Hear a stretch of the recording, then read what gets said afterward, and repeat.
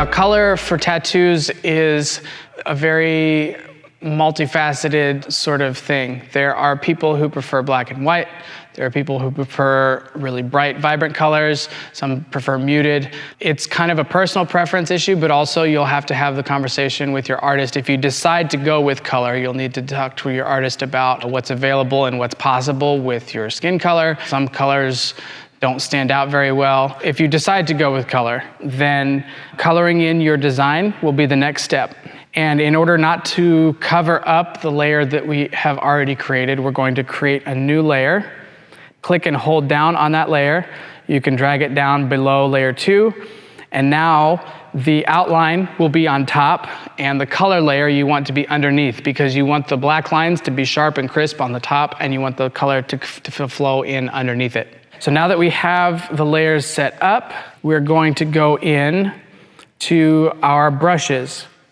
Depending on the style that you want to, you can simply do a full color, or you can do more of a light color wash. This particular project, my client did want color, but she wanted it to be fairly subdued. The client requested that this be a little bit more earth tones and muted colors. So there's some designs that will be very flashy and very bright. This one, she wanted it to be a little bit more withdrawn. Again, this is something that can be talked about with your tattoo artist, but it at least gives you a starting point to be able to draw things through.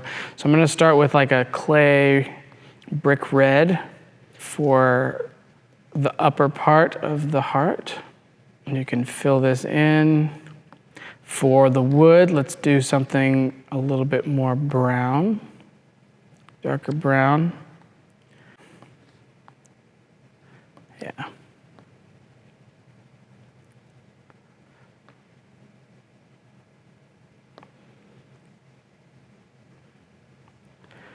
For most of my designs, I prefer things to be a little bit more loose and not quite perfect. So if it goes outside of the black line, to me, that doesn't bother me that much.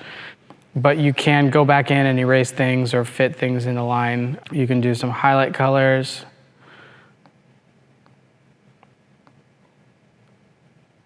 To show where the wood would be lighter because of the sun.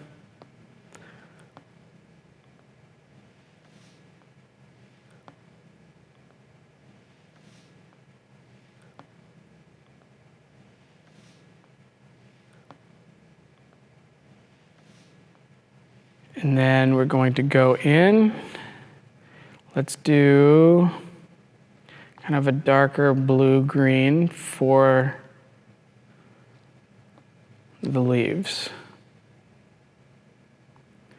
That's a little too dark. Let's do a little bit lighter.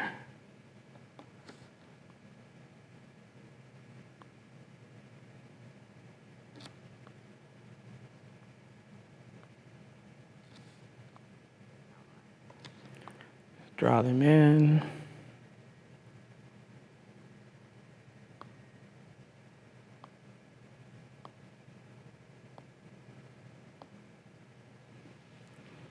Now for the flowers, we can do a couple different colors. We can do dusty pink for one. And we're gonna do just the outside. We're gonna leave the inside white. And maybe a yellow. Maybe like a robin's egg blue. Well, no, that's a harder color sometimes to tattoo, so we'll stick with reds. Now, this is more or less solidly filled in. There's different things that you can do from this point. I'll show you a couple other techniques that you can use to get some darker shading. So if you hold down, if you put your finger on the screen and you hold down, it will select the color that is underneath your finger. So now that that's selected, I'm going to make a darker version of this. So this will be the shadow for the color that we used, the brick color for the heart. You could just use black, but that doesn't get quite the same effect. This is a little bit warmer approach. So just take the original color and then make a sort of a darker version of that. And then after that, we're going to get a brush with a little bit more of a texture to it.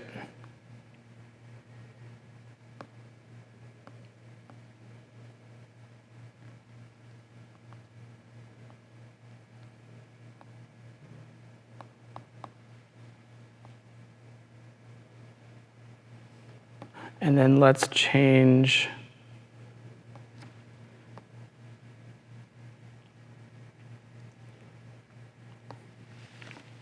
So for me, right now, this is a little bit too abrupt. I would like the heart to fade into the wood a little bit more. So I'm going to select the heart color one more time.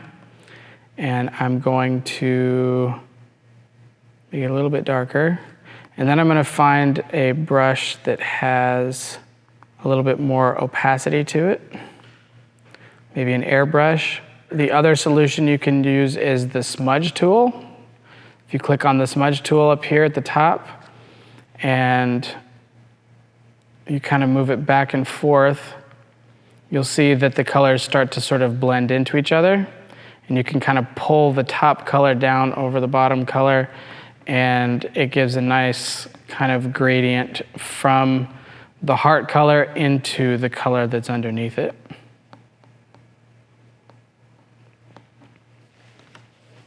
And there you have it. This is a very straightforward, sharp colors and heavy lines. There's a lot of different ways that you could go about doing this. You could do something that was a lot more subdued. You could do something that was more vibrant and more like almost like neon colors. But this is the process that I use for bringing a design from the paper into Procreate.